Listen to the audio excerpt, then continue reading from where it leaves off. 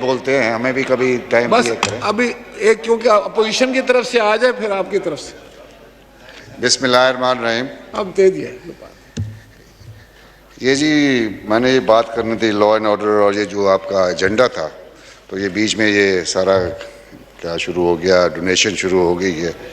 तो अच्छा है कि कोई दे, जो अमीर आदमी है वो दे, और जिसने देना हो तो अपने किसी को बता के नहीं दे, आपको आके अपने लिफाफे में या चेक आपकी तरफ दे दे।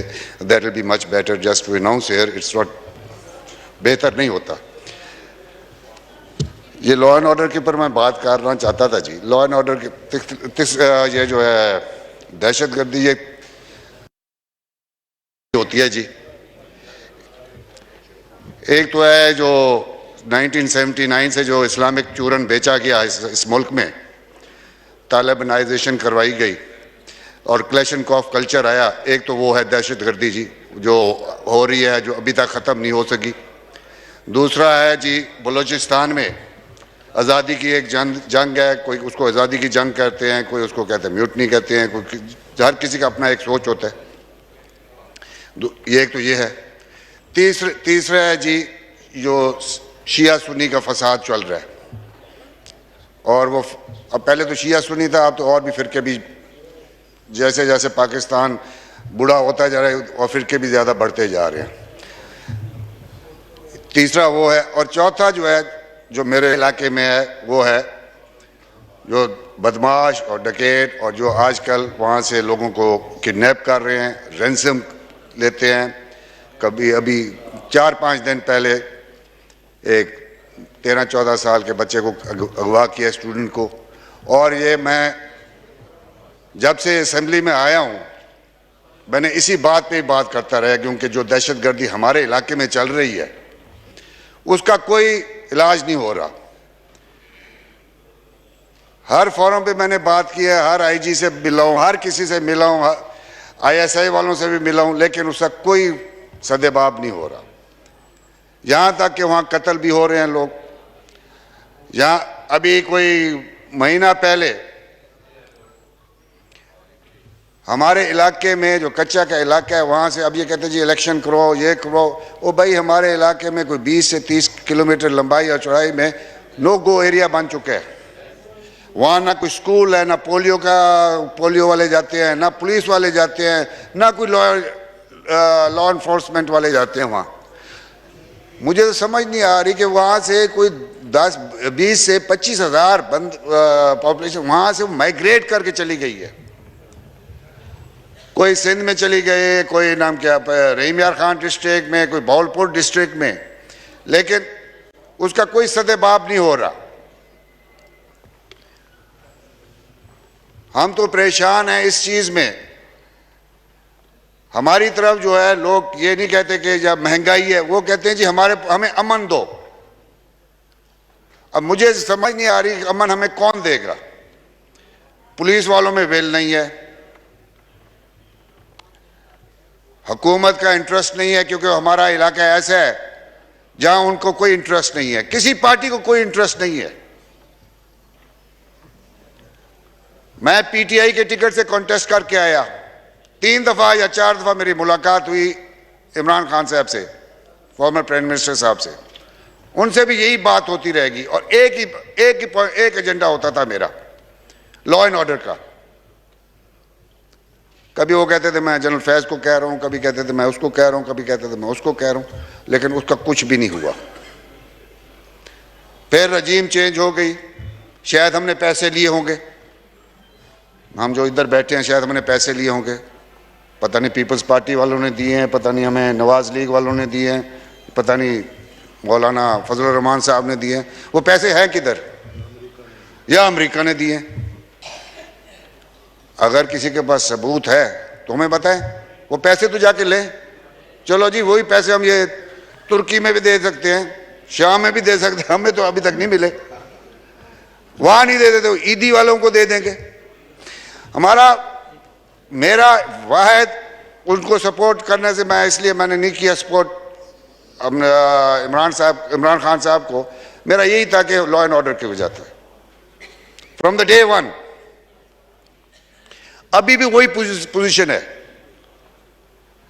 लोग वहां से हर रोज हमको फोन भेजते हैं, मेरे व्हाट्सएप पे मैं देखे उसमें भरा हुआ है, किसी का बच्चा उठा लिया है, किसी के घर पे महीना 20 दिन पहले एक गरीब आदमी एक घर पे जाके रॉकेट लॉन्चर से हमला किया, 5-6 साल का उसका बच्चा मारा गया, उसके बेटी मारी गई और 15 के 16 आदमी जख्मी हुए। पुलिस वालों को कोई परवाह भी नहीं। पहले तो कच्चे में होता था, अब तो हमारे वो शहर रुझान में शहर उधर हो रहा है, लेकिन कोई फर्क ही, किसी को फर्क ही नहीं पड़ रहा। वहां से टीचर्स, वहां से डॉक्टर्स हैं वो निकल गए हैं, वहां कारोबार, दे हैव माइग्रेटेड फ्रॉम रुझान। वो कहते हैं हमारे पास अमन नहीं है। और अगर प्रेस में देखा जाए तो प्रेस में यही लिखा हो जाता है जी ये जो जितने भी बदमाश है ये जनाब ये सरदार साहबान ये उनको सपोर्ट करते हैं। हम इल्जाम हमारे पर आता है, लेकिन वहां क्या किया जाए। आपका मैं ISI वालों को मिला, मैंने कहा भाई जो आपके वहां लगे हुए हैं जो एजेंसीज के, चाहे सिविल हैं या मिलिट्री के हैं, किसी उनको चेंज करें, कोई अच्छे आदमी लगाओ ताकि हमारा लॉ एंड ऑर्डर का मसला तो हल हो। कुछ भी नहीं। हमने इनको, जो अभी गवर्नमेंट आई है, इनको कहा कि हमने रिक्वेस्ट की जी हमको लाइसेंस दो, लाइसेंस भी नहीं देते। ना हमारे पास असला है, ना लाइसेंस हमको मिलते हैं, ना हमें प्रोटेक्ट करते हैं पुलिस वाले। हम जाएं तो जाएं कहां? जुल्म हो रहा है हमारी तरफ। इलेक्शन का भी बिगल बज गया है, सुनने में आ रहा है। भाई इलेक्शन कौन लड़ेगा वहां? आपका पोलिंग स्टेशन कौन बनाएगा वहां? वोटर आपके कौन है? कहां से वोटर ले आओगे वहां? पहले तो आप लॉ एंड ऑर्डर का सिचुएशन ठीक करें। हमारे इलाके में हर बंदे के ऊपर, हर जितना कोई जमींदार है, छुप के उनको भत्ते दे रहे हैं। शरीफ आदमी बताते नहीं है। यहां तक कि वहां के औरतों की इज्जत महफूज नहीं है। डकैती होती है, एक आदमी या 2 आदमी, वहां 1-2 आदमी डकैत नहीं आते, 10-10, 20-20 आदमी आते हैं। अब उसका क्या इलाज है? हम तो आपको रिक्वेस्ट करेंगे जितने यहां बैठे हैं हमारे मिनिस्टर साहबान कि उधर या तो कोई ऑपरेशन हो, फौज का ऑपरेशन हो, या it should be a targeted operation. अगर रेंजर्स जाए तो टारगेटेड ऑपरेशन हो, उनको एजेंडा हो, उसको मैस को खत्म करे। हम किसी को मारने की क्या में नहीं है, किसी को हमें खुशी नहीं होगी। हम कहते हैं वहां ऑपरेशन हो, it should not be political operation. जो कसूरवार है, बदमाश है, उनके खिलाफ होना चाहिए। हम तो यहाँ सरदार अयाज सादिक साहब, इंटरेस्ट ही नहीं है जी, वजीरों को इंटरेस्ट ही नहीं ऑर्डर इन दी है। House please. जब हम बात करते हैं इंटरेस्ट ही नहीं होता, हमारी बात भी नहीं सुनते। सरदार अयाज सादिक साहब, तो या तो इस असेंबली को डिसॉल्व कर दें, आप खत्म करें, हम जाके अपने घर चो आराम से बैठें। अगर ये बात नहीं सुनना चाहते, अगर ये मिनिस्टर साहबान बात नहीं करना चाहते, अगर यहाँ गपशप मारना है इन्होंने, तो what is the use of are coming to the assembly? सरदार साहब आप बहुत ठीक बात कर रहे हैं, अपने इलाके के मसले की बात कर रहे हैं, आप इसको जारी आप रखें। ये देख रहे सीरियस, कोई सीरियस ही नहीं है, कोई सीरियस नहीं है, कोई वजीर सुनने को तैयार नहीं है, क्योंकि उनके इलाके में तो बिल्कुल ठीक ठाक हर मसला ठीक है। उनके पास स्कूल है, कॉलेजेस हैं, हर चीज है। हमारे पास ना स्कूल है, ना कॉलेज है, ना अमन है, कुछ भी नहीं है। अब आपने ये फ्लड का इन्होंने किया है। सबसे पहले मैंने यहाँ अपने इलाके का कहा, साउथ पंजाब में सबसे ज्यादा हिट हुआ तो मेरा तहसील हिट हुआ है। हमारे 14 आदमी मारे गए, डूब के मरे हैं। एक पैसा भी अभी तक नहीं मिला हमें, एक पैसा भी नहीं मिला। यहाँ अनाउंस होते, प्राइम मिनिस्टर ने अनाउंस किया, कई उस मिनिस्टर ने अनाउंस किया, सिंध में दिया गया, हर जगह दिया, हमें कुछ भी नहीं मिला। अभी तक हमारे बंदों को कोई एक पैसा नहीं मिला। यहाँ से हमारी तरफ जो तबाही मची है, वहां जनाब PDM जो हमारे मुखालिफ थी, उन्होंने आके पॉलिटिकल क्या के ऊपर उन्होंने जाके सर्वे किए हैं। जिनके घर नुकसान भी नहीं हो उनको पैसे दिए गए, जिनका असल नुकसान हुआ है उनको नहीं दिए गए।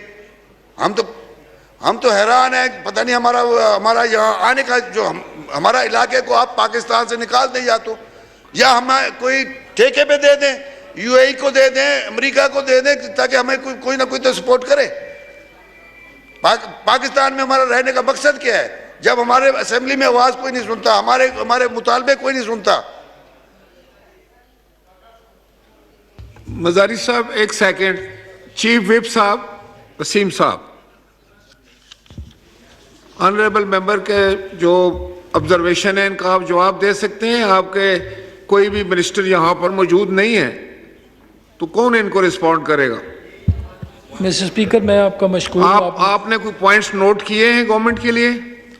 मैं मिस्टर स्पीकर, जो इनके रिजर्वेशंस हैं पर जी हमारा अब जो गवर्नमेंट साइड वाले हैं उनको शायद वो समझते हैं कि हमारा कोई वैल्यू नहीं है।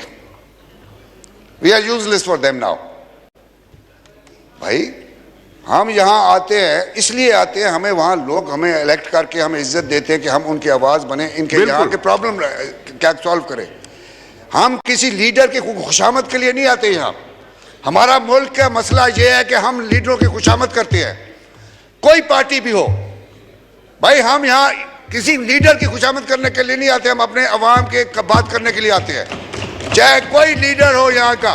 हमारा मुसीबत यह है कि एक तो इन्होंने एक ये काला कानून बनाया है कि आप you can't cross the floor. Floor crossing नहीं है, क्योंकि वो ये चाहते हैं कि जो जिस पार्टी के उसको पाबंद रखा जाए। भाई ये इसको खत्म होना चाहिए। ये इसलिए कि वो सिक्योर फील नहीं करते।